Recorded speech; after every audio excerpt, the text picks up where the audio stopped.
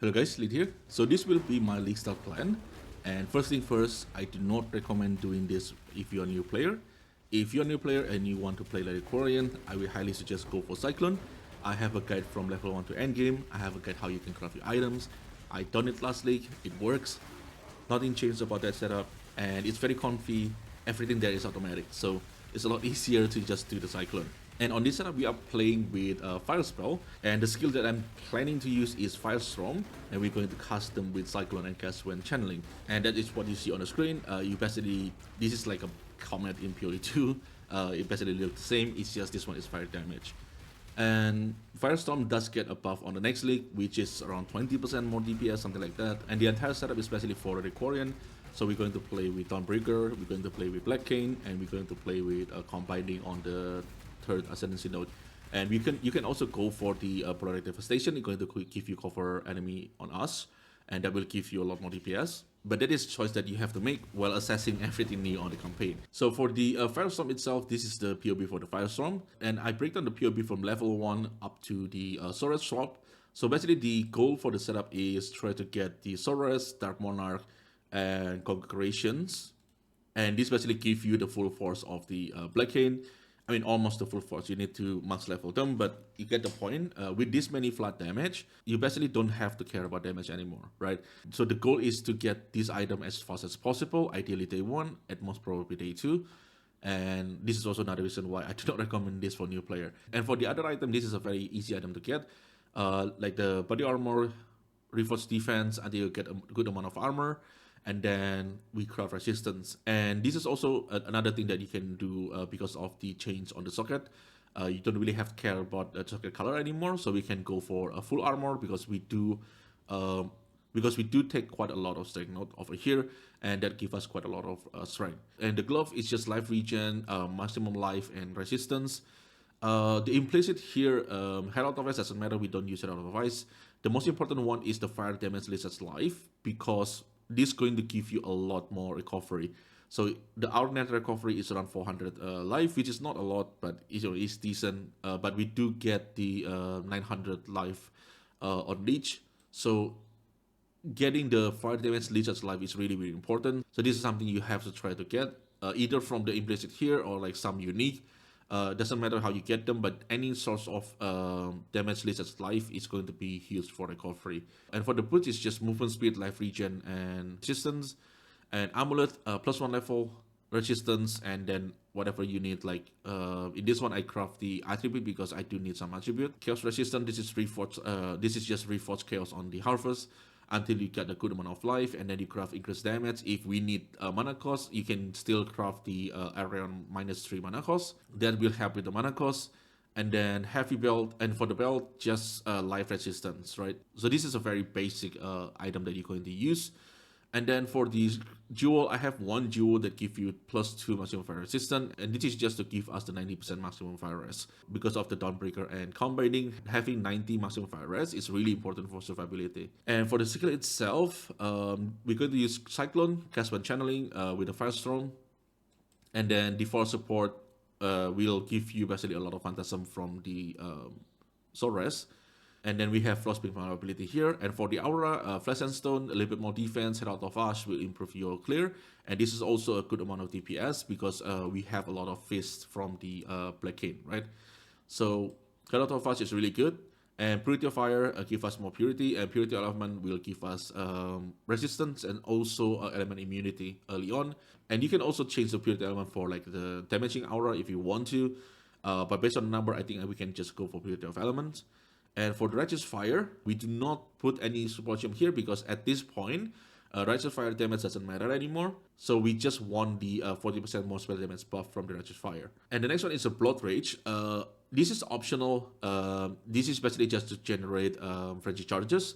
So if you do not take the Blood Rage, you will remove this anointment, and you will go for a Disciple of Slaughter. This will give you frenzy charges because frenzy charges does give you quite a lot of DPS for this kind of skill. So Blood Rage is completely optional. And then we have Molten Shell for the defensive layer with Conviction to apply the exposure, and also Combustions to give you a little bit more -10% fire resistance with a little bit more damage. And then we have the Summon Phantasm Congregations and also Arcanist Brand. This is for single target to generate the Phantasms for you. So this is basically the Firestorm with Casper channeling with Cyclone. I have another POB, which is a Flame Surge. And the reason why I'm putting Flame Surge here, because the number looks really, really good. So in the next league, Flame Surge get buff on the flat damage and also get some damage effectiveness buff too. And it also getting reduced mana cost, the same with Firestorm. And then you also get a bonus from the quality of the Flame Surge. So this one, that's the reason why you see here is 30 quality. And quality on Flame Surge is basically just 10% more damage. So the second chances actually buff the Flame Surge. Now with the Flame Surge setup, you will self-cast them, so it doesn't look as cool as the Firestorm. But we're going to clear a lot. We're going to rely a lot on the Frost Blink for the Wither Blast for the clear, because Flame Surge doesn't necessarily a good clearing skill. So what you can do is actually put in the overall support instead of Inspiration. The reason why I'm putting Inspiration here, just in case we have problem with mana cost. And once again, I don't know how the mana cost is going to look like on the next league, because they changed quite a lot of things there. So if the mana cost is fine, we can change the Inspiration to the Devourer, and that way, and we can just clear it with Frostbite or Winter Plus, which is really fast, right? And we can use the Flame Surge just for the single target. Because Flame Surge damage just looks good. With this kind of items, this is basically the same item as the Firestorm, and we already at like 14 millions. And big chunk of the damage, of course, coming from the Black Cane. So Flame Surge number looks good. It's just I haven't really tried it, because Flame Surge is the skill that I visit time to time, because I like how it looks. But the problem with Flame Surge is just it doesn't really have the damage. The damage is not quite there yet. So with the buff, if the damage is actually really good, Flame Surge is another option that I would consider to go to. And the early process is basically the same thing. So I will give you 2 POB, one for the Flame Surge and one for the Firestorm. You can choose for yourself which one you want to go. And for the early leveling part, I have breakdown over here. This is level 1 to 20. We're just going to go with Kinetic Bolt, with Barista Totem and faster attack. And then we're going to swap to Kinetic Fusillade at level 12. And you can basically move the faster attack to the shield charge. Early on, you just using momentum. That's the reason why there's momentum here. And Kinetic Fusillade with Ballista Totem next league you will not need the restoration anymore. So we can just take the damage node, the accuracy node, and then we basically just move to the left and prepare for the swap. And usually I swap around end of Act 2 before the boss at Act 2. Here I put like level 20. Usually I arrive there at around level 19 or 20, depending on like how much things you kill. And because the early setup is using totem setup, like the Kinetic Fusillade and totem, you're usually going to get quite a lot of level, because you move around, you put totem, you move around, you put totems. So you're actually killing things along when you move. So you probably can reach like level 20 before the boss at the Act 2. So at boss at the Act 2, we're going to respec all the damage node or the aggression node, and we're going to go for the Arsonist here. It's going to give you fire damage over time multiplier and also regen. The important part is the regen part. And then the Fire Mastery, this is really, really important. Regen 1 life per second for each 1% uncapped fire resistance. And combine that with 2 ruby rings, and you craft fire resistance on them, and this is how you can sustain your RF early on. And after that, we're going to go to up here. This is going to fix your attribute. Because there's some attribute here, there's 5% intelligence, there's 20 intelligence, and there's some dexterity here too. So taking all this node will basically fix your attribute, and 2 point here just for a little bit extra DPS. And from here, the RF basically going to carry the early progressions, and we're going to slowly start to put more point into damage for the Flame Surge or Firestorm. As for the skill, for the Righteous Fire, we're going to go for Righteous Fire, Elemental Focus, and Life Tap. Life Tap is an unusual choices, and that is because early on, it's really hard to give you enough mana cost to cast your skill. So it's a lot easier to just life tap everything. So for like Shield Charge, we life tap, and Wave of Conviction also we life tap and Frostblink.